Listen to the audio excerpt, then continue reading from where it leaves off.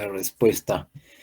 Mil disculpas, estoy teniendo problemas. Pensé que ya estaba arreglado, pero en Finanzas 1 igual me ha tocado tener la sesión vía Meet. No, creo que es un problema de mi conexión. No quiere entrar a Webex por ninguna razón. Así que, bueno, provisionalmente tendremos nuestro encuentro aquí.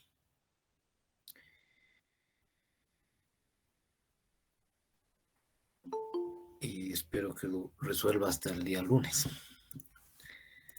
De todos modos, aquí el único problema es este de tener que estar eh, habilitando el acceso a cada uno.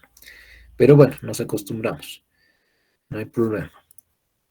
Sobre la actividad, primera actividad del día lunes, ya les he enviado las calificaciones, así que les pido coordinar si es que no se las han hecho llegar con las personas que han enviado el trabajo. Y bueno, obtener a través de ellos la retroalimentación que les pongo, ¿no? Como en cada evaluación, algunas oportunidades de mejora, correcciones, y también ahora abrir la posibilidad de que puedan absolver dudas, ¿no? Si es que quedan todavía sobre esta primera actividad. Eran 4 requerimientos y bueno, había que sí revisar el contenido de las diapositivas, de la presentación, para poder llegar a la solución. Así que al respecto, no sé si hay consultas, hay dudas, si es que habría algún pendiente. Ahí lo pongo también en la resolución, que de todos modos está disponible en Moodle, así que no sé si han visto algún detalle ahí que se me podría haber pasado y que haya estado incorrecto. Vic, por mi lado, todo está bien. Ok, gracias, Derek. No sé si entonces habría alguna cuestión pendiente sobre la actividad 1. Principalmente en los casos 2 y 3 había que usar un poco el razonamiento, porque ya en el 2 lo que tenían eran algunos datos y un montón de fechas, ¿no? Sobre el histórico de hechos de mercado. Como habíamos dicho, solamente había que usar la última. Esta última tasa es la única que cuenta para términos de la valoración.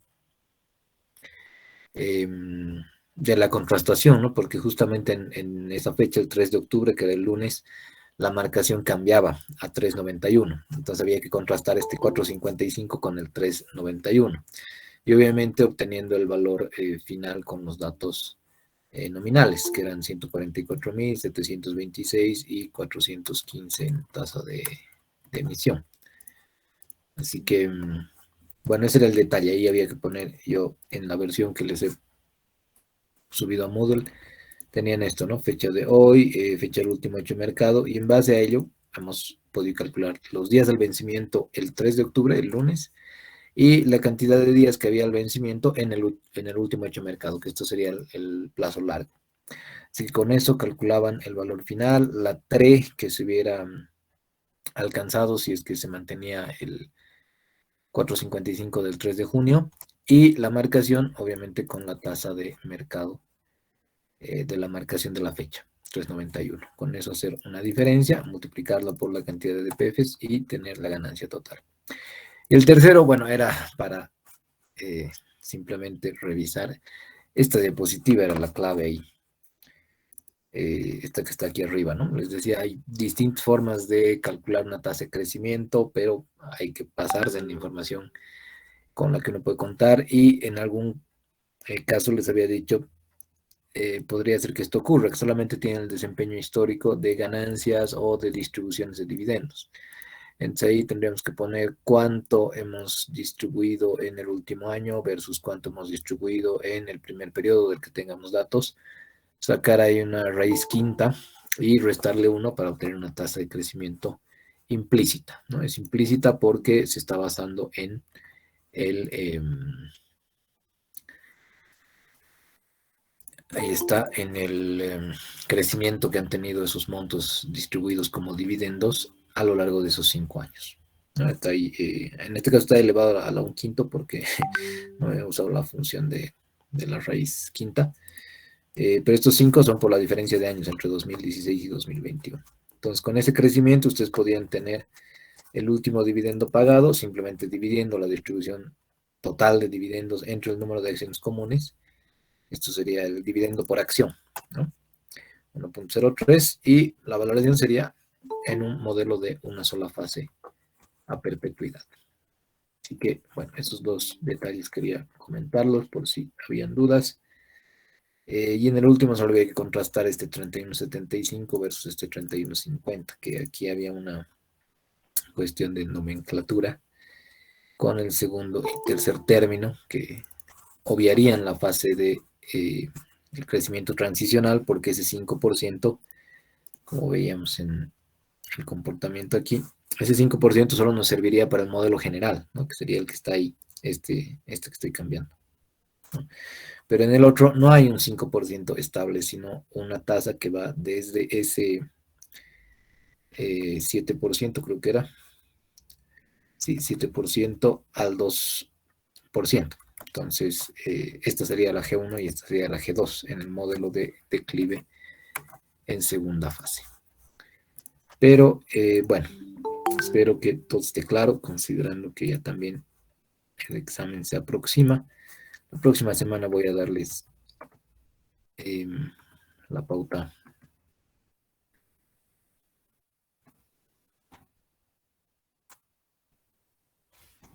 de dónde, en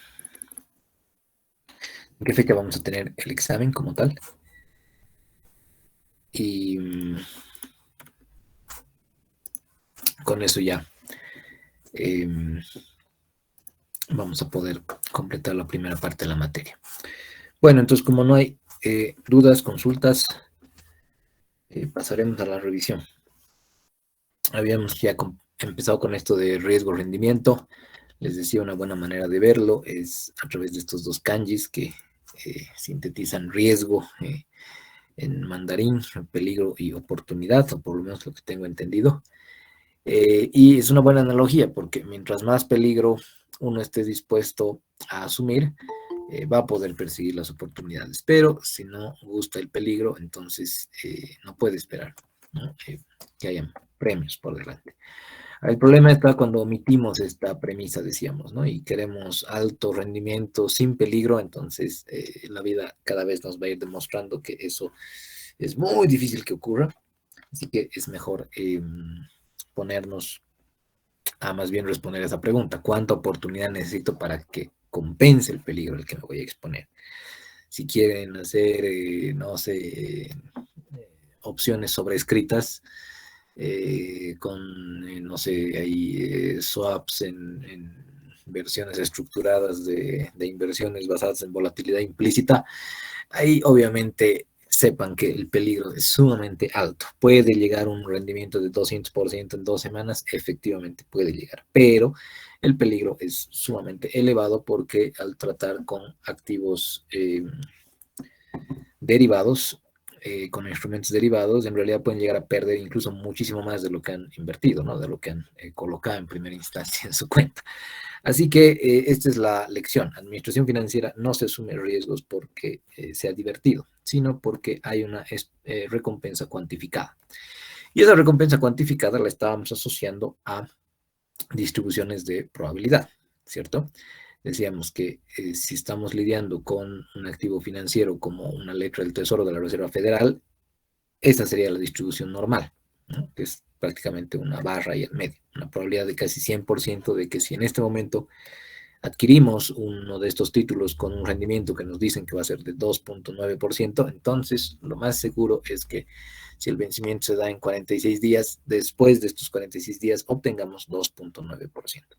En cambio, si más bien invertimos en otro activo, una acción de una compañía, podemos estar esperando que tengamos cierto tipo de retorno, pero esto también tiene una distribución más dispersa, así que podría ser más, podría ser menos.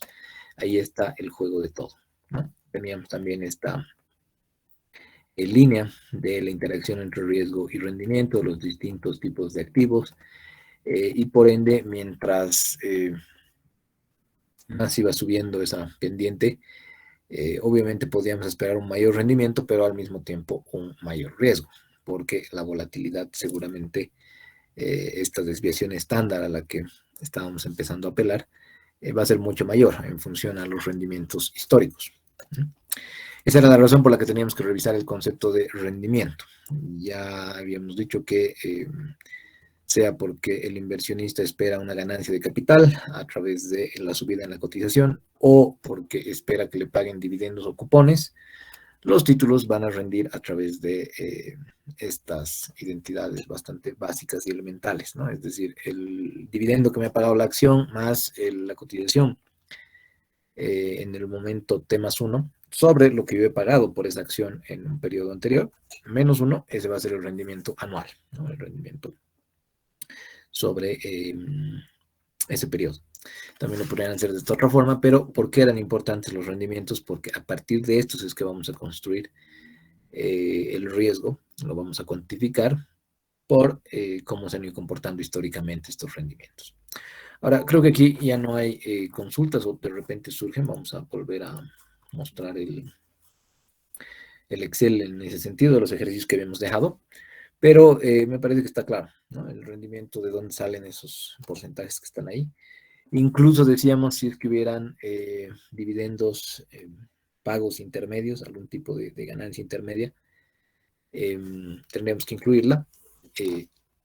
Ahí en la diapositiva se ejemplifica el caso de dividendos trimestrales, pero podrían incluso llegar a ser mensuales o semanales, les decía. Hay casos en los que esto es así, pero en general las acciones pagan dividendos trimestrales en el mercado del norte. En mercados como el nuestro es un dividendo anual.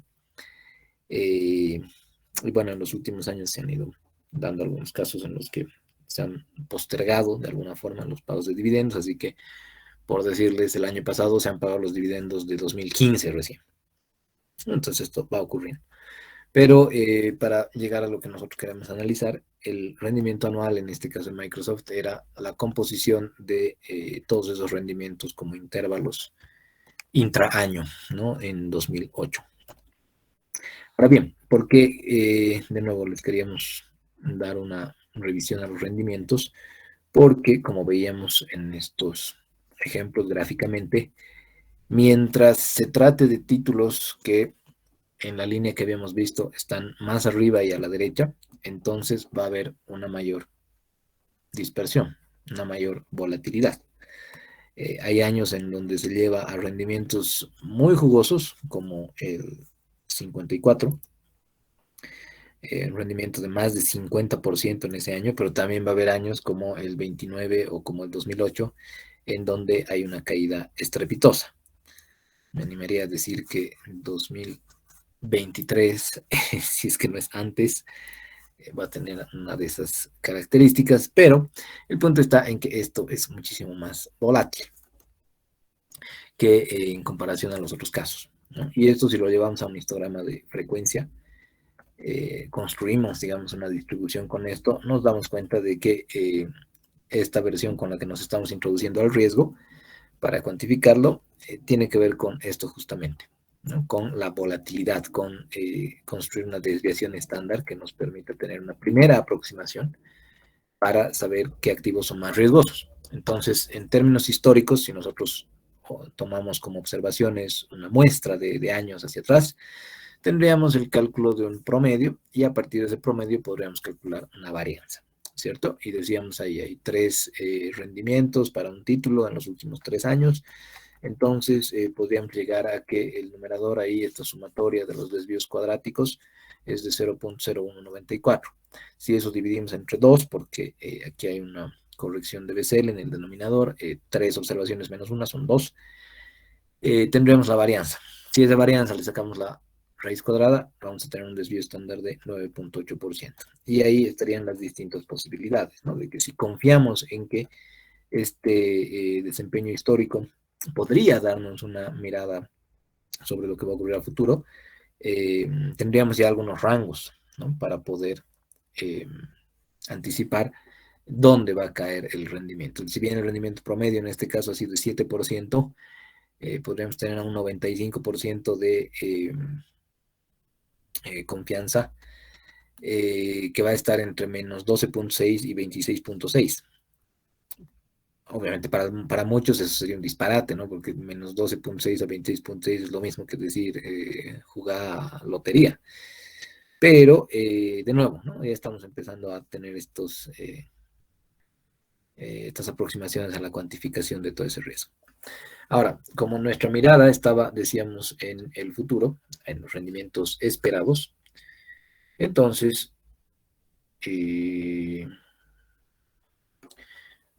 entonces lo que nosotros podríamos hacer es segregar algunos escenarios posibles que consideramos que se vayan a dar a futuro, asignarles una probabilidad, esto era muy, muy común en los 80, en los 90, para poder tener una esperanza matemática, ¿no? Es decir, un promedio ponderado. Hay un rendimiento asignado para cada uno de los escenarios y una probabilidad respectiva, y a la varianza no se calcularía dividiendo entre el número de observaciones, es decir, como si fuera equiprobable cada observación anterior, sería válido históricamente, pero aquí lo multiplicaríamos más bien por una probabilidad. Este era el último ejemplo que habíamos revisado el miércoles, ¿no? Llegaríamos a una esperanza, un rendimiento esperado de 14%, con una desviación de 8.31%. Y si confiamos en que estos datos podrían ser los esperados a futuro, entonces podríamos volver a construir esas distribuciones que veíamos, ¿no? Entonces, sobre eso es que se ve mi pantalla, ¿cierto? Silic. Ya, súper, gracias, porque hace un rato me ha pasado una macana. Teníamos estos, ¿no? Ahí está. Teníamos rendimientos para igual 4 requerimientos. Primero decía, calcula el rendimiento anual de la acción de Brecma. El segundo era el rendimiento anual de la acción de Microsoft, con y sin dividendos, porque ahí tenían los datos. Y luego la desviación estándar anualizada de la acción de Nike. La acción de Nike, por cierto, la anterior semana se ha revelado que tienen un crecimiento de 44% en inventarios, y pueden revisar lo que ha pasado con la cotización. Pero bueno, también era con y sin dividendos, y al final un cálculo de rendimiento y desviación estándar esperados, ¿no? Así que habíamos dejado un par de ejemplos al final del miércoles, estos estaban acá. Y habíamos dejado también la resolución, creo, abierta, ¿no? Así que no sé si habría alguna consulta al respecto de qué es lo que hemos hecho en los ejercicios, o si habría algo que pueda ser aclarado. Lo que sí, tal vez, sí, aquí tienen pues todas las fechas, ¿no? O sea, es decir, todas las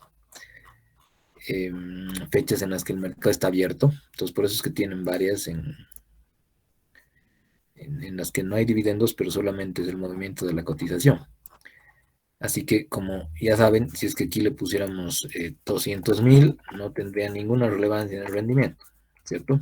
Porque si bien de diciembre 17 saltaría un 1.300, ya 1.299% a 200.000, y luego volvería a caer, es decir, esto sería si le restamos uno, sería un negativo bastante fuerte, pero no altera estos rendimientos anuales, ¿no? Con y sin dividendos. Entonces ahí vamos a dejar en 53.52. Lo que sí les recomendaría por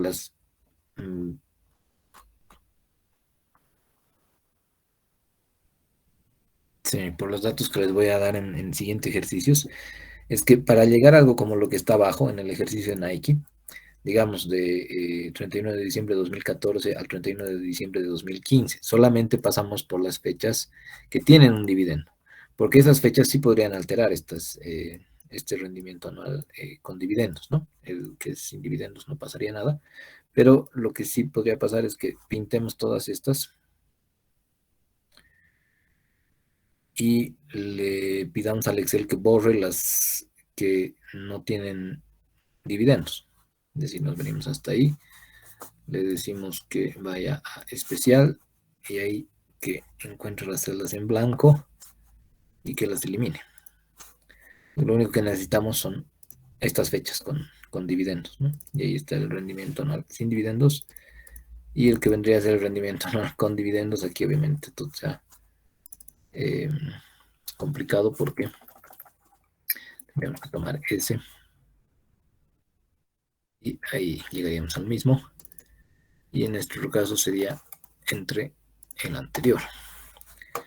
Entonces esa es la lección, solamente necesitamos las cotizaciones de las fechas donde hay dividendos, porque aquí sí hay una ganancia como flujo de efectivo que considerar. Entonces esa sería una recomendación, ¿no? Si tienen todas las fechas en las que se ha operado en ciertos años, en realidad no son necesarias, les bastan con las fechas en donde ha habido pago de dividendos. Eso es lo que ha pasado aquí con Nike. Tenían los dividendos para cada uno de los años entre esos 5 periodos. Y lo que se ha hecho aquí es calcular un rendimiento anual a partir del producto, ¿no? De los movimientos de estos cocientes para cada una de esas fechas.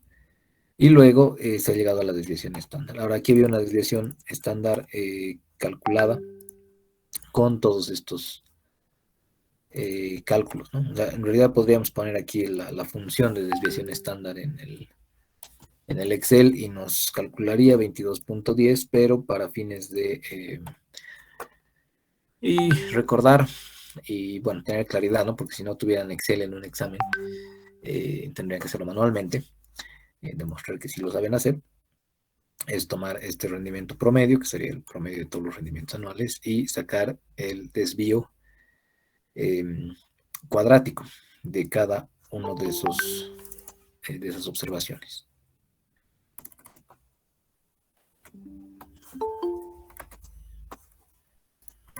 Entonces, eso es lo que hacíamos aquí, ¿no? El rendimiento 2015 menos el promedio elevado al cuadrado, rendimiento 2016 menos el promedio elevado al cuadrado, y luego calcular la sumatoria de todo esto. Ahora, aquí esto suele generar a veces dudas, lo del 4, ¿no? Porque si tenemos 5 observaciones, ¿por qué 4? Y tiene que ver con esta corrección de Bessel que les decía, en el que él planteaba que si uno tiene una población donde hay muchas observaciones y está sacando una muestra de esa población, no sé si se ven ahí los puntitos, pero simplemente conceptual. Si dice uno saca una muestra, esa muestra va a tener un problema, que es que normalmente no va a reproducir los atípicos o los periféricos que tienen ahí. Por ejemplo, podríamos decir, estos de los bordes son medios atípicos, no son más periféricos que los que están al medio. Entonces, si uno toma una muestra, normalmente esa muestra tiene una tendencia más orientada a cómo se comportan los del medio. Y para corregir eso, lo que dice Bessel es que hay que restarle 1 a ese denominador. Es decir, si uno toma un denominador con la cantidad de los que han participado en la muestra menos 1, esto más o menos se va a corregir para que esto también considere un poco las características de los que están ahí alrededor. Esa es la corrección de Bessel, y es por eso que cuando es muestral es menos 1. Aquí, por ejemplo, si tenemos desviación estándar es punto M porque es muestral, pero si le ponen una P va a salir otra cosa. 19.77 tiene sentido, tiene mucho sentido porque sería una muestra poblacional. Es como si solamente hubieran existido esos 5 periodos, ¿no? en la vida de la acción de Nike. Pero sabemos que es falso, no solamente han existido 5, sino han existido muchos más. Entonces, como estamos eligiendo nosotros una sección, unos 5 periodos de todos los que han habido en la historia de la acción, entonces no podemos decir que es una población, más bien es una muestra. Pero al ser una muestra, de nuevo, en ese denominador va a haber ese menos 1, y es por eso que hay que acordarse de eso. En ese sentido, como es poblacional, es 19,77 porque es como si esto lo estuviéramos dividiendo entre 5. Ahí está. Si fuera poblacional, es 19,77. Pero como es muestral, es -1, 4. Y esto igual no lo puede modificar ahí para recordar cómo funcionaba todo esto en sus materias de estadística. Finalmente, aquí abajo el del desvío cuadrático ponderado. Bueno, ahí no hay una función. Entonces tenemos que hacerlo con el rendimiento esperado para cada escenario y su probabilidad asignada. Y tendríamos un rendimiento esperado a partir del promedio ponderado que podríamos obtener con suma producto. Y aquí el desvío, ¿no? Esta observación menos el rendimiento esperado al cuadrado por la probabilidad. Y todos esos sumados y en raíz nos dan la desviación estándar esperada, ¿no? con este casito. Bueno, sobre este no sé si habría alguna duda, alguna consulta, y si no, pasaremos aquí a los efectos combinatorios.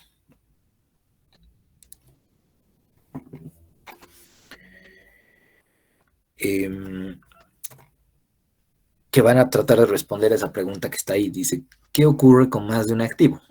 ¿No? Okay, si ya sabemos que el rendimiento de una acción va a venir dado por la diferencia entre las cotizaciones y posibles dividendos o cupones que haya pagado ese activo, y que si tomamos una muestra histórica de esos rendimientos y construimos una distribución, vamos a poder tener una aproximación al riesgo, a la dispersión.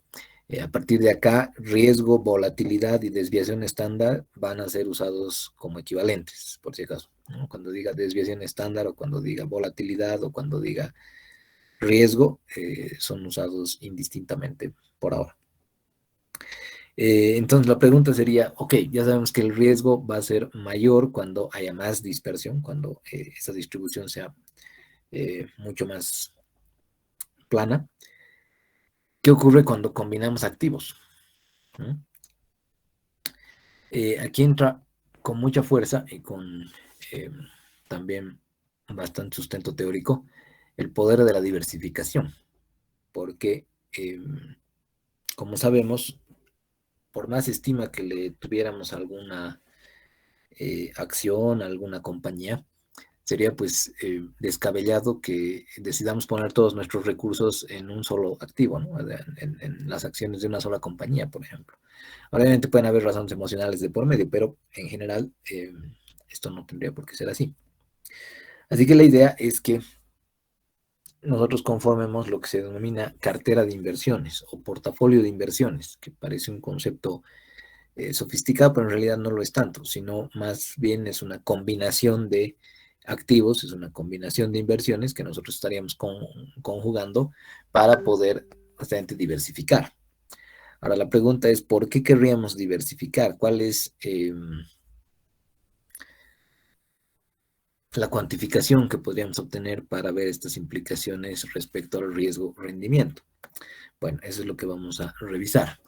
Y para eso vamos a necesitar de este concepto que es no solamente muy útil, sino que lo van a, si se dedican a este campo y lo quieren explorar más, van a tener que apelar a muchos métodos cuantitativos, pero uno de los principales va a originarse en la covarianza, ¿no? Que como dice ahí, es simplemente una medida de cómo dos variables se tienden a mover en la misma dirección, ¿no? Si se mueven igual, es decir, si reaccionan de la misma forma a cierto evento, van hacia la misma dirección cuando ocurre alguna cosa, entonces estamos diciendo que pueden covariar positivamente. O si ante el mismo evento una se va para arriba y la otra se va para abajo, es decir, si ocurre pandemia, hay una acción que resulta que se ve beneficiada, pero otra, la pandemia, y más bien se cae mucho, estas también tendrían una covarianza, eh, pero,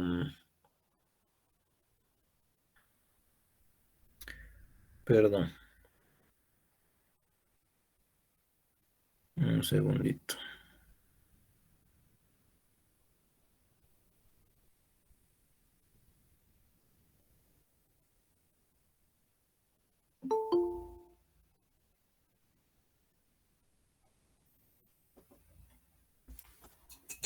Ya.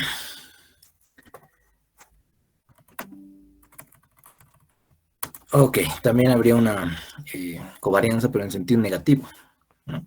Y esto es lo que vamos a poder interpretar de mejor forma con el concepto que va muy de la mano con la covarianza, que es la correlación, ¿no? Entonces, hay que recordar esta relación. La covarianza entre, en ese caso, dos activos, diremos A y B, va a ser la sumatoria del número de escenarios que nosotros dispongamos entre cada observación y su esperanza en términos de retorno esperado, multiplicada por los desvíos del otro activo y multiplicados también por su probabilidad. Entonces, aquí tendríamos un ejemplo un poco más claro. En estos tres escenarios, de nuevo tendríamos expansión, un escenario normal y un escenario de recesión. Hay distintas probabilidades, de nuevo, para cada escenario, pero tenemos distintas expectativas sobre el rendimiento que van a tener las acciones A y B en cada uno de estos casos. Por ejemplo, el rendimiento de A va a ser de 40%, anticipamos que va a ser de 40% si es que el mercado se expande, por poner un ejemplo, ¿no? Mientras que el de B es a la inversa. Se cae en 5% si es que hay una expansión en la economía, por decir. En un escenario normal, el rendimiento A es de 20% y el rendimiento de B es de 15%. Y en la recesión, cuando a A le va mal porque tiene un rendimiento de menos 20%, más bien a B le va mejor, ¿no? Tiene un 20% de rendimiento. Ahora, solamente viendo esos datos, solamente viendo estos datos que están aquí, uno ya puede inferir que esta es una covarianza negativa, pero lo importante acá es recordar cómo se cuantifica esa covarianza negativa, ¿cierto? Entonces, siguiendo esta identidad que está ahí abajo, tendríamos los tres escenarios y tendríamos el rendimiento esperado con su respectiva probabilidad para la compañía A. Entonces, podríamos computar un rendimiento esperado de 18%. Ahora, con ese rendimiento esperado de 18%, restaríamos cada rendimiento de cada escenario, es decir, en el primer caso 40% menos el 18% sería 0.22. En el segundo caso, el escenario normal, 20% menos 18% sería 0.02. Y en el último, menos 20% menos 0.18 sería menos 0.38. Ahora, cada uno de ellos, primero lo vamos a elevar al cuadrado para obtener las desviaciones estándar. Y eso lo vamos a casar con la correlación. ¿Qué ocurriría si cada uno de estos lo elevamos al cuadrado? Es decir, convertimos en desvío cuadrático. Tendríamos ahí esas cifras. Y si cada uno de esos desvíos cuadráticos los multiplicamos por su probabilidad, esos que están ahí, entonces tendríamos esos datos. Sumados tendríamos la varianza, en el caso primero para la compañía A, y la raíz cuadrada nos daría esa desviación estándar de 20.88% para la compañía A. Para la compañía B haríamos exactamente lo mismo, solo para obtener ese desvío estándar de 10%, pero si nosotros queremos calcular la covarianza, nos vamos a tener que fijar principalmente en esa columna que está ahí, ¿no? Y eso es lo que vamos a hacer ahora. Tenemos ahí cada uno de los escenarios, tenemos las probabilidades y tenemos desvíos de A, 0.22, 0.02 y menos 38, que es justamente el que está por aquí. Y abajo tenemos menos 0.15, menos 0.05 y menos 0.10, que es lo que está por acá, ¿no? Entonces, si nosotros multiplicamos esos tres en cada escenario, tendríamos el producto de los tres y hacemos la sumatoria de eso, esa es la covarianza. La covarianza aquí entre A y B es de menos 0.017. Como habíamos visto, las acciones se mueven en direcciones opuestas y por tanto la covarianza es negativa. Y esto va a ser un apoyo muy, muy importante para decidir en qué activos invertir. O sea, esta es una base muy fundamental para luego, cuando uno tiene miles de alternativas en la pantalla, poder empezar a definir cómo es que vamos a tener que hacer esa elección de activos, ¿no? Ahora, ¿cuál sería el problema? Sabemos que este es negativo porque habíamos visto ahí simplemente de pasada que el comportamiento de uno es inverso al del otro, pero ese 0.017 en negativo es difícil de interpretar tal como está aquí, ¿no? Es como la varianza. La varianza, decíamos, es difícil de interpretar porque la hemos vuelto cuadrática para eliminar los negativos, pero para llevarla a términos, digamos, analíticamente con más sentido, eh, sacábamos la raíz cuadrada, ¿no? Es decir, sacábamos la división estándar para llevarla a los mismos términos de la media, decíamos. Entonces, lo propio aquí, esta covarianza la vamos a llevar al coeficiente correlación. Y ese coeficiente correlación, si recordamos, es el coeficiente de Pearson, nos va a dar un rango ya más explícito entre -1 y 1. Es decir, ahí está el coeficiente de relación, va a ser algo que esté entre -1 y 1. En realidad puede llegar a ser igual a -1 o a 1, pero va a estar ahí en el medio. Y la vamos a computar simplemente tomando esa covarianza y dividiendo entre el producto de las desviaciones. Es decir, vamos a convertir a cada una de esas desviaciones en una especie de cuadrado para que el coeficiente de correlación tome la covarianza y la disponga ya en un área delimitada, ¿no? Por eso es un área delimitada, por eso es que nos va a dar algo entre -1 y 1. Esa es la forma en la que, conformando ahí el cuadrado en el que estaría el denominador, tendríamos un numerador fruto de la covarianza. Y en este caso, esa covarianza, o mejor dicho, ese coeficiente de correlación, vendría a ser de menos 0.81. ¿De dónde vendría ese menos 0.81?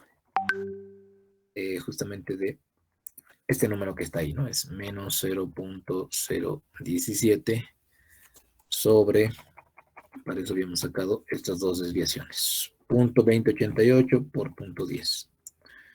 Entonces, 0.2088 por 0.10. Si obtenemos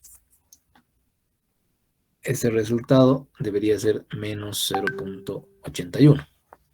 Ese sería el coeficiente de correlación. Así que, no sé si lo pueden ahí cotejar y si es que no sale, me avisan, pero ese menos 0.81 debería ser el coeficiente de correlación dada esta covarianza.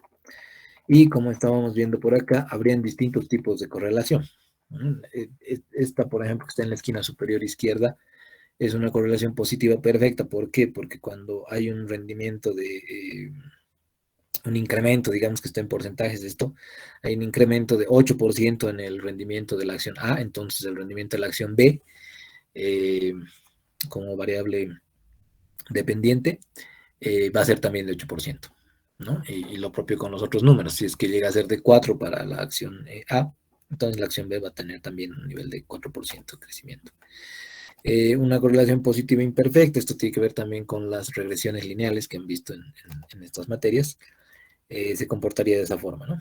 Negativa perfecta sería como está en la esquina inferior izquierda, es decir, si cae o mejor dicho, si vamos a decir aquí el crecimiento de la acción A es de 10%, entonces el crecimiento de la acción B es solamente de 4%.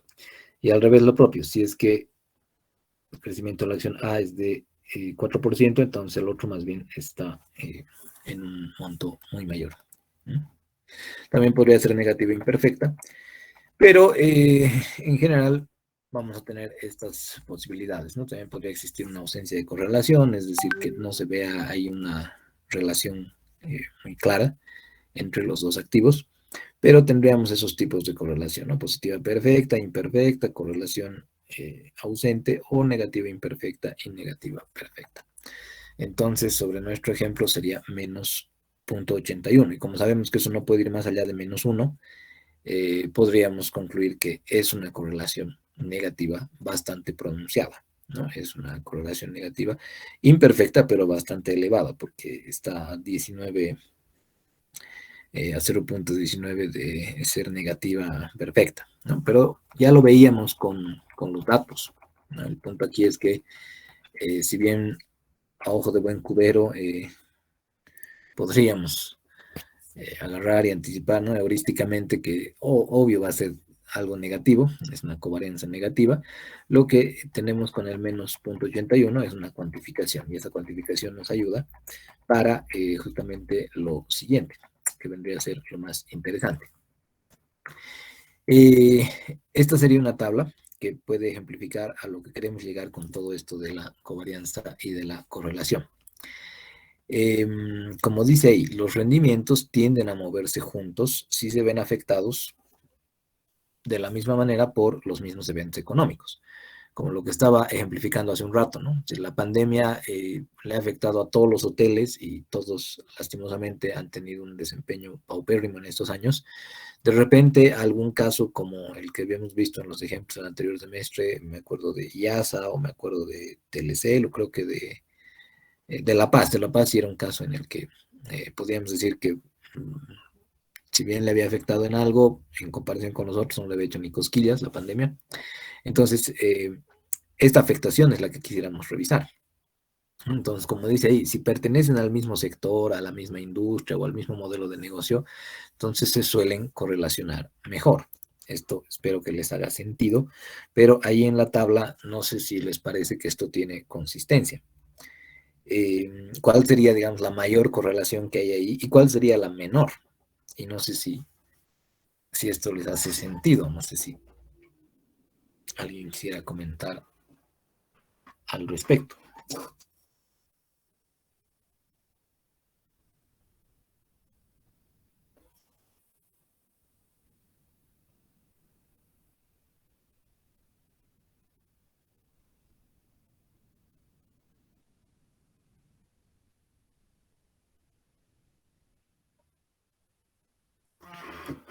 Bueno, ahí la menor correlación está ahí donde la estoy resaltando, ¿no? AB, que es la Anheuser-Busch, que es una compañía cervecera que todavía existía en esos tiempos antes de que se la compre la InBev. Hoy en día, como decíamos en su momento, cuando hemos visto ese mapa de las cerveceras que solamente eh, correspondía a uno de los grandes conglomerados, ¿no? de este, de este negocio, pero la AB, que es cervecera, tiene una menor correlación ahí con Microsoft. Y ahí, adelante, José Andrés. Le hice una pregunta. ¿GM es General Motors? Sí, sí, es General Motors. Ah, eso también era eh, que lo ¿Y la doble A cuál es, licenciado? American Airlines, perdón, eso no he clarificado. Es Microsoft, Dell, de la de las computadoras, Delta Airlines, que igual sería una aerolínea, American Airlines, General Motors, Ford y AB, esta que les digo que es cervecera, ¿no? Entonces, no sé ahí si quisieras comentar algo, José Andrés, o si alguien también se anima. Bueno, tienes razón, es la que menos sentido tiene una compañía tecnológica con una cervecera. Cumple con eso de las... No tiene correlación. Exacto. Sí, no, eso es lo que estaba queriendo hacer notar. Aquí solamente hay una correlación negativa, que sería esta entre Microsoft y AB, pero en los otros casos también podríamos ver que hay consistencia en lo que decimos. Por ejemplo, ¿cuál es la mayor correlación que podemos encontrar en toditos esos niveles? Es este, ¿no? El de Microsoft y Dell. No, miento, O, hay otra o mayor, ¿no? también Delta con AA. Delta con A. Cierto, tienen toda la razón. Es mayor todavía la correlación de Delta con AA. ¿Por qué? Porque esta, como de nuevo les digo, es American Airlines, la aerolínea más conocida de los Yankees, y Delta, que también es una aerolínea, ¿no? Es una aerolínea un poco más fancy, más jailona, pero también es aerolínea. Entonces, aquí lo que nos está tratando de mostrar esta tabla son los primeros preceptos, ¿no? Lo que dice acá. Pertenecen al mismo sector o industria o modelo de negocio, entonces suelen correlacionarse mejor. Esta sería una suerte de evidencia empírica. También se están correlacionando de la manera más alta, bueno, en este caso, Dell con Microsoft, ¿no? Al 65%. al 0,65, puede ser que alguien diga, no, pero no son el mismo modelo de negocio. Claro, pero en términos de industria, más o menos corresponden al mismo nivel, ¿no? Esta hace software, yo sé, esta hace más hardware principalmente, aunque últimamente Microsoft también se ha puesto a hacer software, o mejor dicho, hardware. Pero el punto está que como están ahí en las industrias de tecnología y demás, entonces es una correlación de las más altas. Entonces, ahí, entre Microsoft y Dell tienen una correlación alta. Entre Delta y American Airlines tienen una correlación de las más altas. Entre General Motors y Ford, que son compañías del sector automotriz, igual, ¿no? 0,64. Mientras que la que, entre comillas, podemos decir, peor se lleva con el resto es la cervecera, ¿no? Porque la cervecera como que no tiene mucho que ver ni con los nerds de la tecnología, ni con los fancies de las aerolíneas, ni con los más tradicionales del sector automovilístico, ¿no? Es menos 0,7, 0,10, 0,19, 0,11, 0,11 y 0,10, ¿no?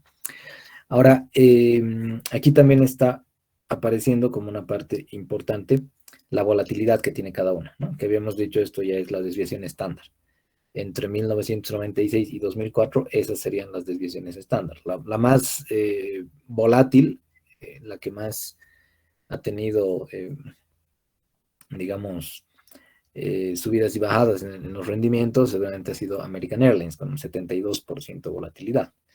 Luego estaría Dell con 54% de volatilidad, aunque bueno, ahí hay que recordar que entre 1996 y el 2004 ha habido la crisis de la burbuja.com, ¿no? Así que por eso las volatilidades están bastante altas.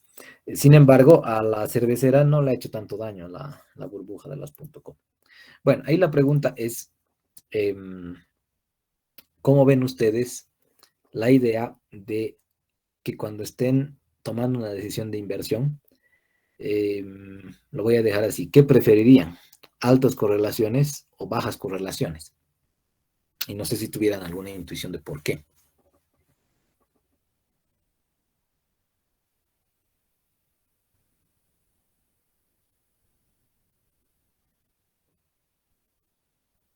Digamos que tienen un monto de dinero y la única condición para que lo obtengan es que tienen que invertir en dos de estas compañías, ¿no? A mitades, digamos, 50% a una empresa y 50% a la otra empresa.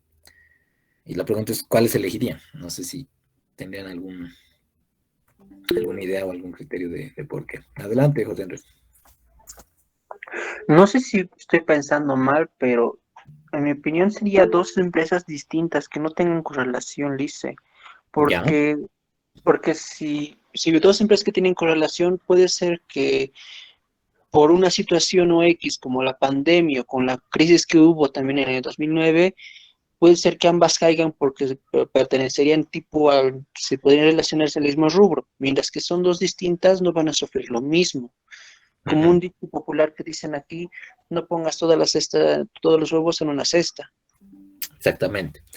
Excelente, José Andrés. Álvaro, no sé si querías comentar algo.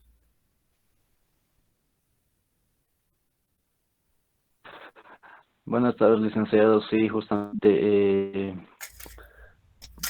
para mí, en cuanto a la correlación más cerca a cero o menos uno o uno, es mejor, así no va a ser tan dependiente a una situación, ¿no? Sí, sí, justamente como ejemplificaba José Andrés. Ahí Allen dice también dependiendo y creo que es eh, sabio eso. Obviamente estoy de nuevo, ¿no? Poniendo ejemplos exagerados así de que si solo tuvieran que invertir en dos acciones, medio grave mi restricción, pero estamos complementando criterios. Adelante, Ale. ¿Qué tal, licenciado? Buenas tardes. Bueno, yo digo dependiendo más que nada porque la persona que quiere invertir tiene que aceptar lo que usted dijo, el riesgo. Si colocamos toda la inversión en dos compañías que tienen una alta correlación, pues, bueno, tenemos la posibilidad de que ganemos bastante o también perdamos bastante. Y a la inversa también. Ok, muchas gracias, Ale, muchas gracias por sus consideraciones muy valiosas. Y sí, creo que los tres han coincidido en el hecho de que si bien Allen nos da la advertencia, ¿no? De que por más de que estén negativamente correlacionadas o por lo menos con ausencia de correlación, igual hay una exposición en algún nivel. En lo que sí me parece que coinciden es en que imagínense que en 2008 ustedes hayan tenido toda su plata invertida en acciones de bancos, ¿no? Si todo su plata hubiera estado en acciones de bancos, pucha, los ahorros que habían acumulado hasta ese momento, que habían constituido su portafolio de inversión, se hubieran perdido, ¿cierto? Se hubieran esfumado.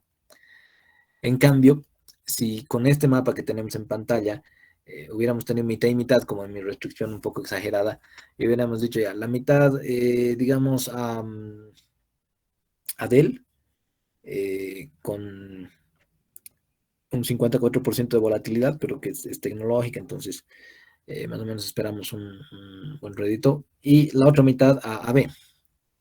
Entonces, ¿qué pasa si un evento drástico viene, como en la burbuja.com, a afectar a todo el sector tecnológico, ¿no? Claro, su acción de Dell se va a caer, pero probablemente la acción a la que le va a ir muy bien es a la cervecera, porque va a haber mucha gente que tiene que ir no sé, pues, desahogarse las penas y va a estar llorando mucho, pero va a acudir de repente a la cerveza. Entonces, a la cerveza en tiempos de crisis le puede ir bien, ¿no? Esto lo dice un autor muy sabio, ¿no? En los lugares donde hay desarrollo industrial y demás, lo primero que aparecen son bares y burdeles, ¿no? Una cosa por el estilo. O sea, es entender también lo macroscópico dentro de lo que está pasando. Pero retomando las apreciaciones de sus compañeros, tiene pues muchísimo sentido que ustedes más bien elegirían aquellas que tienen una menor correlación. Así en el caso, por ejemplo, de Dell con Anheuser-Busch o de Microsoft con Anheuser-Busch, tienen una correlación de este tipo. Entonces significa que cuando a una de estas le está yendo de maravilla, de repente a la otra no le ocurre necesariamente lo inverso, pero por lo menos no se ve tan afectada por ese mismo evento. Entonces, ese es el gran poder de la correlación y la covarianza. Nos va a poder ayudar a cuantificar todo esto que cualitativamente lo han expresado, lo vamos a poder cuantificar y vamos a poder jugar con esto en términos del cómputo del riesgo, ¿no? Entonces, ahí lo que nos dicen, no sé si es una ciencia realmente, pero por lo menos los que lo creen así, dicen que el riesgo de un activo individual no tiene que ser juzgado sobre las desviaciones del rendimiento que se espera. Es decir, estas contribuciones nuevas, bueno, ni tan nuevas, ¿no? Ya tienen varios añitos, pero de lo que se dan cuenta, Harry Markowitz, cuando propone esto que vamos a estar revisando en estas fechas, dice, en realidad no tenemos que analizar los activos individualmente, no tenemos que estar analizando a las empresas individualmente, sino en relación con su contribución marginal al riesgo global. Es decir, cuando esté analizando una nueva acción para incluir en mi portafolio, en el conjunto de acciones que yo he comprado para ahorrar un poco y financiar la vejez, qué sé yo, no tendría que estar revisando tanto a la acción separada de cómo se va a comportar o cómo va a interactuar con el resto de las inversiones, ¿no? Y esto nos va a permitir optimizar la mezcla de riesgo-rendimiento y vamos a poder conformar lo que se denominan carteras eficientes, ¿no? Entonces, esto es lo que vamos a revisar más adelante, pero por ahora tendremos una mayor claridad sobre estos temas de covarianza y coeficiente de Pearson, salvo que prefieran ir un poquito más aceleradamente más allá. Pero este es el material que les dejaba para hoy. Teníamos aquí una hoja de trabajo. Y para retomar esto del cálculo de la covarianza y de la correlación, teníamos este ejercicio, ¿no? Otra versión de lo que hemos visto en pantalla. Tenemos 4 escenarios: expansión, neutro, recesión y depresión. Tenemos una probabilidad y un rendimiento esperado A y un rendimiento esperado B para cada escenario. Entonces aquí, de nuevo, lo que tendremos que hacer es la suma producto de estos dos para obtener el rendimiento esperado. Y que en cada caso, además, aquí están muy próximos, ¿no? El rendimiento esperado En la acción A es de 4,97 y en la acción B es de 4,85. Uno podría decir hasta mes indiferente. Pero lo que tenemos que ver es cómo se conjugan estas dos acciones para saber si es que es una buena idea o una mala idea poder invertir en ellas, ¿no? Y para eso tendríamos que obtener la desviación esperada. Esa desviación, aquí tenemos desvíos cuadráticos de A, entonces podríamos tomarla como este rendimiento bajo el escenario de expansión menos el rendimiento esperado. Lo vamos a anclar ahí y lo vamos a elevar al cuadrado, ¿no? Esto sería el desvío cuadrático en cada caso. Para la acción A. Y para la acción B sería algo similar, solo que tendremos que cambiar este rendimiento esperado. Tendremos ahí los 4 casos. Una vez obtenido esto, podríamos obtener la desviación esperada, tanto para la acción A como para la acción B. En este caso directamente voy a calcular la raíz de el promedio ponderado, que saldría de las probabilidades y los desvíos cuadráticos. ¿Por qué? Porque primero también podrían hacerlo en una columna adicional, ¿no? Pero si este 10% de probabilidad se multiplica por este desvío cuadrático y lo sumamos con este 25 multiplicado por 0,22 y lo sumamos a este 50 por este 0,0 que se ve ahí, que no debe ser 0 totalmente, pero vamos haciendo eso, tendríamos la varianza, ¿no? Con esta porción. Y obteniendo la raíz cuadrada de esa varianza, tendríamos esta desviación esperada. Sería de 6,16. Y lo propio con el otro caso. Tendríamos una desviación, en este caso ya, de 2,53. No sé si esto les hace sentido, pero viendo los rendimientos, se puede cotejar, ¿no? Un poco a la vista. ¿Por qué? Porque aquí hay una mayor desviación, una mayor volatilidad, un mayor riesgo, porque los rendimientos que le estamos atribuyendo para cada escenario van desde menos 8,54 hasta 12,03. Mientras que en el otro caso el rango se ve desde 0,11 hasta 7,75. Obviamente no hay una brecha tan alta como en el otro caso. Entonces esto ya se podría considerar respecto a los datos que tenemos de rendimiento. Ya con estas dos desviaciones, aquí lo que nos preguntan es la covarianza y la correlación. Entonces ahí, a pesar de que aquí lo hemos hecho ya en un término al cuadrado, podríamos volver a tomar aquí la desviación solamente para tomar el desvío, porque necesitamos el producto aquí, ¿no? Del desvío de A multiplicado por el desvío de B y la probabilidad. Entonces, si jalamos eso y jalamos eso ahí, tenemos el desvío de A respecto al rendimiento esperado y el desvío de B respecto a su rendimiento esperado. Hasta el final tendríamos el producto de los tres, la probabilidad por el desvío de A por el desvío de B. Y con esos 4 productos tendríamos, ya 3 de estos son negativos, esto obviamente igual lo podríamos anticipar por este comportamiento inverso, pero aquí lo que estamos pretendiendo hacer es tratar de cuantificarlo. Entonces ese producto lo podemos sumar y esa suma va a ser la covarianza de, en este caso, menos 12%, pues, eso no sería muy correcto, ahí está, menos 0,0012. Pero esto, de nuevo, no nos dice mucho porque tendríamos que tener una claridad respecto a las dimensiones y a las brechas que tienen estos rendimientos. Preferimos la correlación para interpretar. Y esa correlación pues va a venir dada por esta covarianza dividido entre el producto de las desviaciones. Ahí están las desviaciones. Y ahí ya sabríamos de nuevo que tiene una correlación de menos 0,78 el comportamiento de estos dos rendimientos, ¿no? Pero ya en un sentido esperado para poderlo tomar en cuenta. ¿Por qué nos conviene esto? Esto es lo que vamos a ver teóricamente, pero primero revisaremos algunos de estos casitos donde podría haber alguna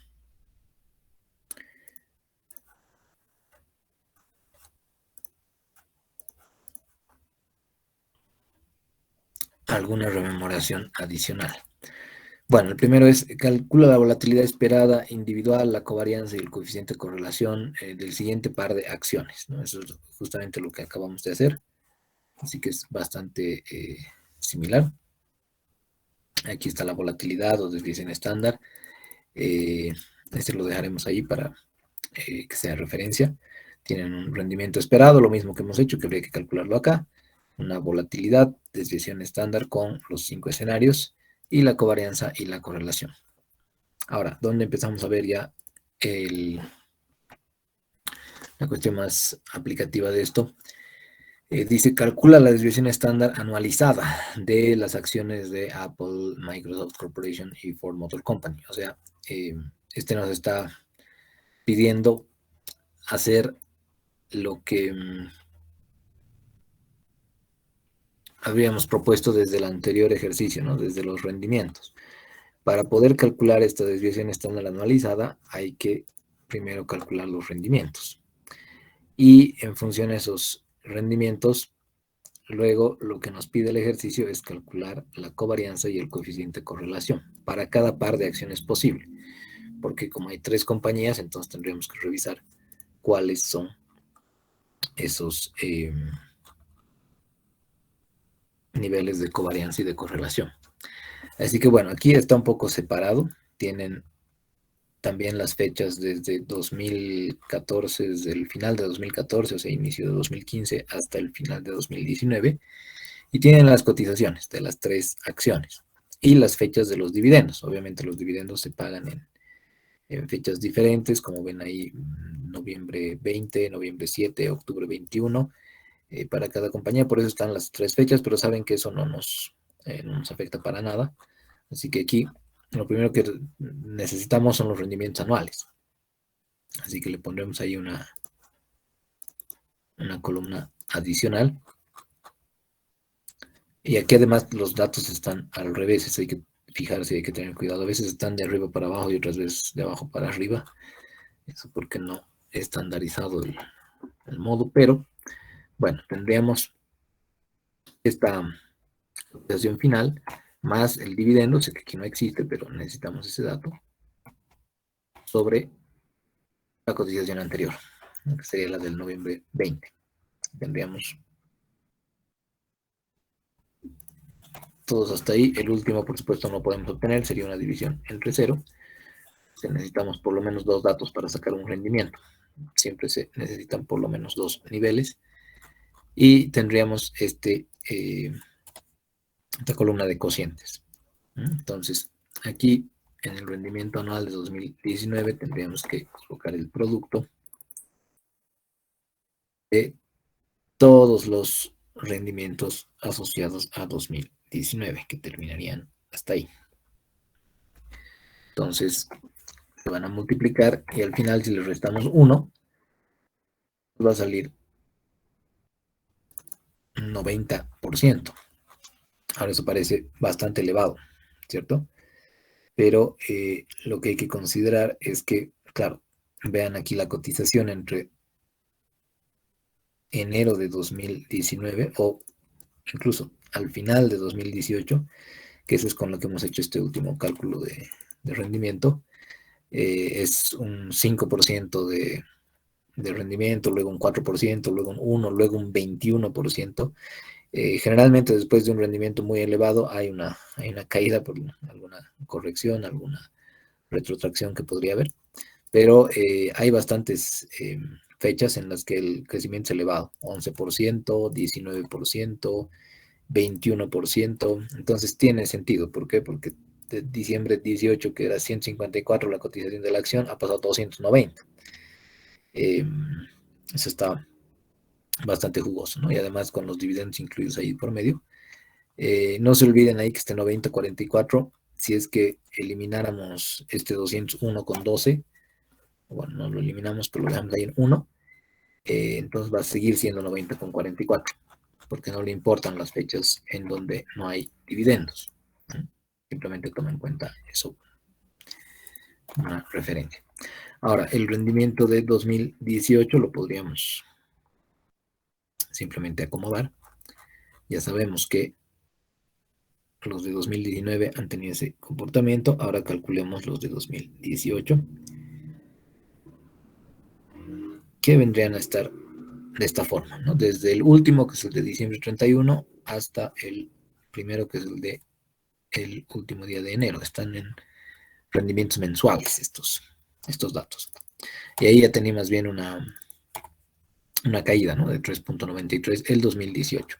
Podemos reflejarla ahí. Si esto va de 163 a 154, efectivamente había una caída, no así tan significativa. Los dividendos seguramente han salvado para llegar a este 3.93, es decir, los han vuelto un poquito menos drásticos.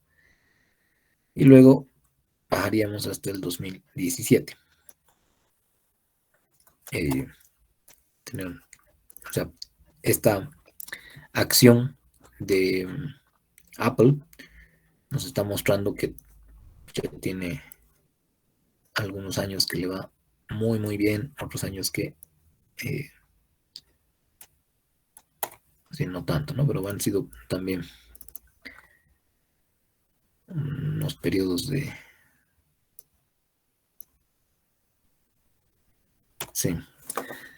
bastantes desempeños, diríamos, como los que quisiéramos ver, ¿no? En las mayorías de las empresas. Bueno, 2019 indudablemente ha sido un gran año para ellos. Rendimiento del 90%, de 2017 un 50%, pero así como ha habido estos años extraordinarios, hay también estos años en donde tampoco se haya perdido mucho, pero no ha habido un rendimiento como tal, ¿no? Entonces tendríamos esos rendimientos para Apple. Podríamos agarrar aquí y copiar. Y esto también habría que copiarlo, ¿no? Para que siga el mismo patrón. Y tendríamos esos cocientes. Y para Microsoft tendríamos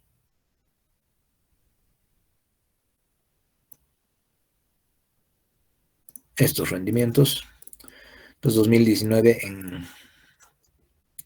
en ambos casos ha sido el mayor rendimiento, y 2017 lo propio, ¿no? Solamente en 2015 hay una diferencia, porque igual el 2016 ha sido el peor para los dos. No miento, aquí el 2018 ha sido peor para Apple y para Microsoft ha sido bueno, mientras que en el otro caso es 2015 el que tiene una cuestión similar. Veremos cómo está Ford.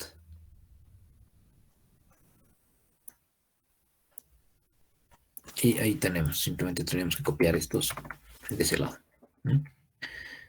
Ford también tiene un gran año en 2019, por lo menos comparado con los otros 4, y caída en el 18, en el 17 tiene un 14 y en los otros está por el negativo.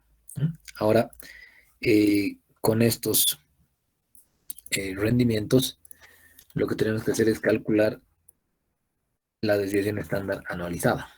Por eso es que necesitábamos primero los rendimientos anualizados. No nos servirían los rendimientos aquí individuales de cada fecha, sino los anualizados. Y para poder ahorrarnos un poco de tiempo, tendremos la desviación estándar muestral, que directamente nos diría cuál es la desviación estándar en cada uno de los casos. Hay una mayor desviación en el primero porque en el sentido ha habido una brecha entre menos 3,93 y 90. En el segundo caso, la brecha más bien es entre 18 y casi 60. Y en el último, entre menos 30 y 37, ¿no? Y casi 38. Pero el punto es que esta desviación estándar ya nos... miento, esto no es pues rendimiento, ¿no? Aquí directamente hemos calculado la desviación estándar, pero tiene una interpretación similar. Aquí hay una mayor volatilidad porque los rendimientos suben y bajan. Ahora, lo que podríamos hacer para dar respuesta al tercer requerimiento es, en base a la misma información, calcular covarianza y coeficiente de relación para cada de correlación para cada par de acciones. Entonces aquí tenemos covarianza Apple-Microsoft. Entonces podrían usar directamente la función de Excel que tiene como covarianza.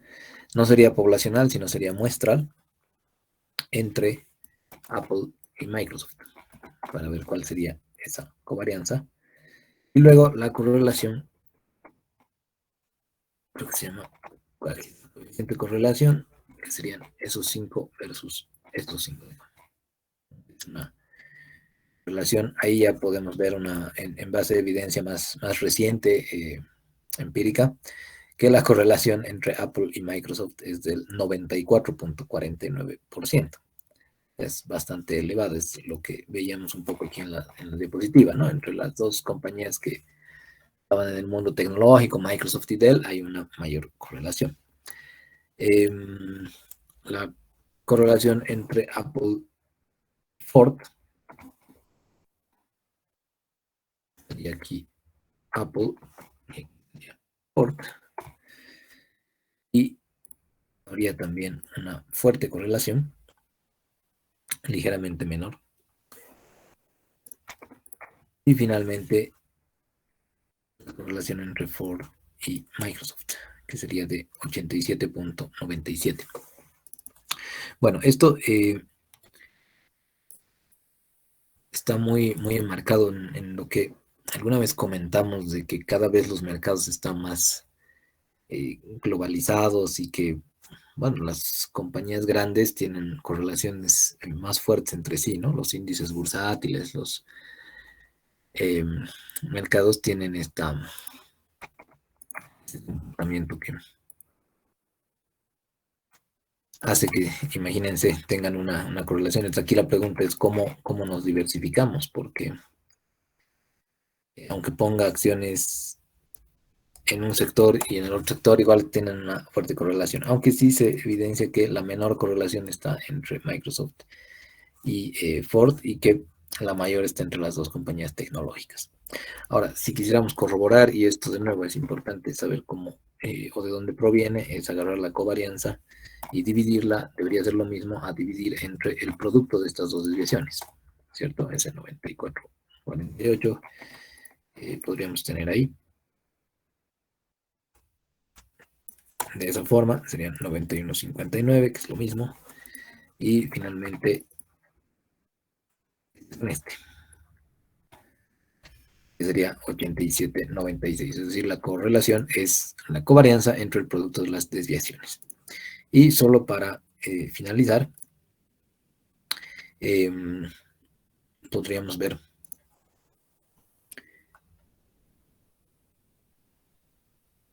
cuál es la vía en la que computamos esta covarianza manualmente. O sea, cómo sería si es que tuviéramos que tomar estos datos y de alguna manera no tener Excel para hacerlo, pero solamente para mostrar cómo funcionaría eso. Tendríamos que hacer aquí, digamos, entre Apple y Microsoft, ¿no? Tendríamos ese dato, esa observación, menos aquí si necesitamos el rendimiento promedio, ¿no? Que nunca nos calculó. El promedio está para 3 casos.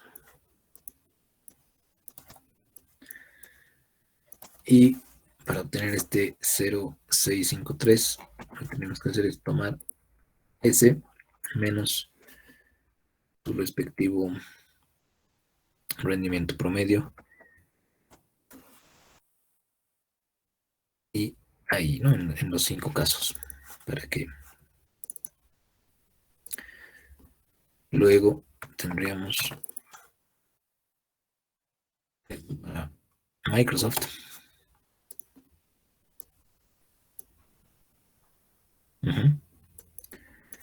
Y aquí tendremos que hacer la multiplicación entre ambos.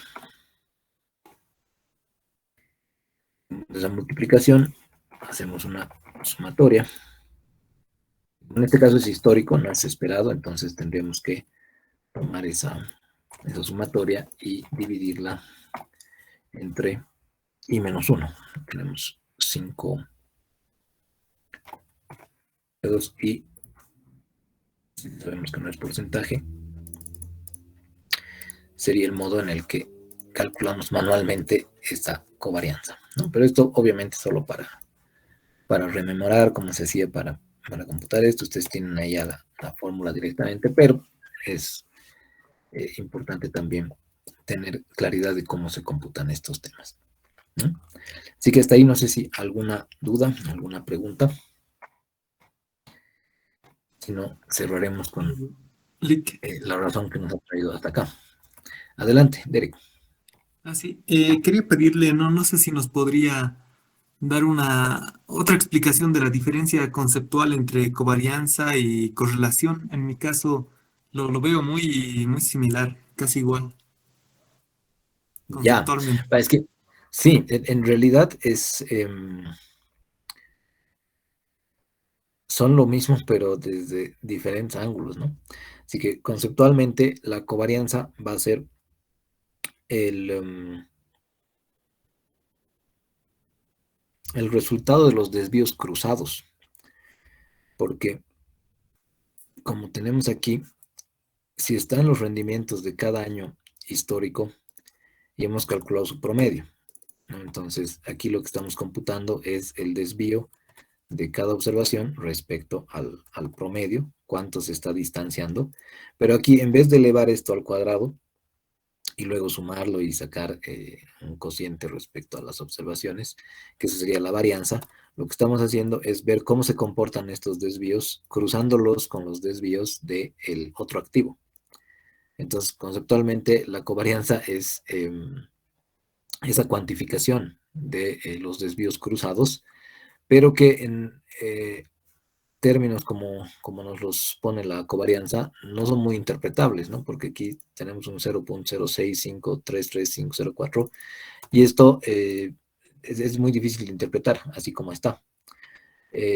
Lo que les hacía en analogía es que la correlación va a ser lo que es la desviación estándar a la varianza en relación a la covarianza. Nos va a dar una posibilidad de interpretar esto porque va a estar siempre en términos entre menos 1 y 1. En cambio, con la covarianza no va a ser así. La covarianza puede tomar un valor X, ¿no? O sea, si de nuevo lo convertimos, qué sé yo, en 66, así. Imagínate, le he puesto aquí un 66.666%, ¿no? Eso va a hacer que la covarianza sea de 42 con Microsoft y una covarianza de 57 con Ford. Pero no ha dejado de mantener a la correlación dentro de ese rango de menos 1 y 1. Así que, si bien conceptualmente las dos nos están tratando de mostrar cómo es que dos variables se conjugan entre sí, cómo se comportan en la medida en la que van interactuando, la correlación más bien nos permite ya una versión interpretativa entre menos 1 y 1 para ver cuál es el límite en el que, hasta qué punto, digamos, hacen esta conjugación de su comportamiento, ¿no? Así que aquí, bueno, de nuevo, no importaría si pusiéramos números chistosos, estos como correlación van a seguir entre, entre menos 1 y 1. Igual si le ponemos un menos, ¿no? Ahí está. Menos ha hecho que el otro cambie por completo a menos 44 casi, y en la covarianza con Ford a menos 61, pero simplemente ha negativizado la correlación hasta estar entre menos 1 y 1.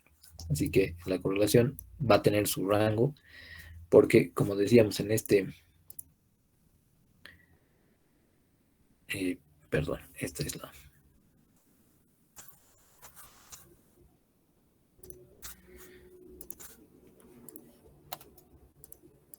Ahí está. La correlación entre Apple y Microsoft, o la covarianza, mejor dicho, entre la desviación de Apple multiplicada por la desviación de Microsoft. Esa es la correlación Apple, Microsoft. Al tener este denominador, lo que estamos haciendo es insertar esta covarianza en el cuadrado o en el área que generan estas dos desviaciones. Entonces, ¿por qué es un cuadrado? Porque uno de los lados es Apple y el otro de los lados es Microsoft. Entonces, conforman ahí un cuadrilátero. Y como ya hay un área específica en la que se tiene que insertar esta covarianza, es más o menos la respuesta de cuál es el grado en el que se inserta esta covarianza dentro del área que han generado esas dos desviaciones estándar. Que esto creo que lo vuelve más interpretativo, ¿no? Es como que esta covarianza, como puede llegar a ser 43 o valores así bien extremos como los que he puesto aquí, para que sea interpretable, vamos a llevarlo a términos dentro de ese cuadrado de correlación. Y así nos va a ser un poco más amigable, ¿no? Para decir si es alta o es baja. Aquí, por ejemplo, 43, de repente en el anterior caso podríamos decir,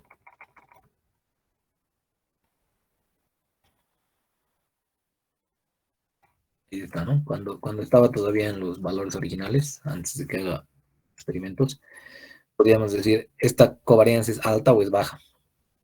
0.09 entre Apple y Ford. Y bueno, respecto a las otras dos parece alta, ¿no? Pero sin embargo, la correlación más alta es la de Apple y Microsoft. Esta covarianza es 0.09. Y sin embargo, la correlación más alta es entre los otros dos. ¿Por qué? Porque de nuevo, el área o el cuadrado que están generando las desviaciones de los otros dos son diferentes, ¿no? Ahí está la desviación estándar de nuevo. Como la de Ford es más pequeñita.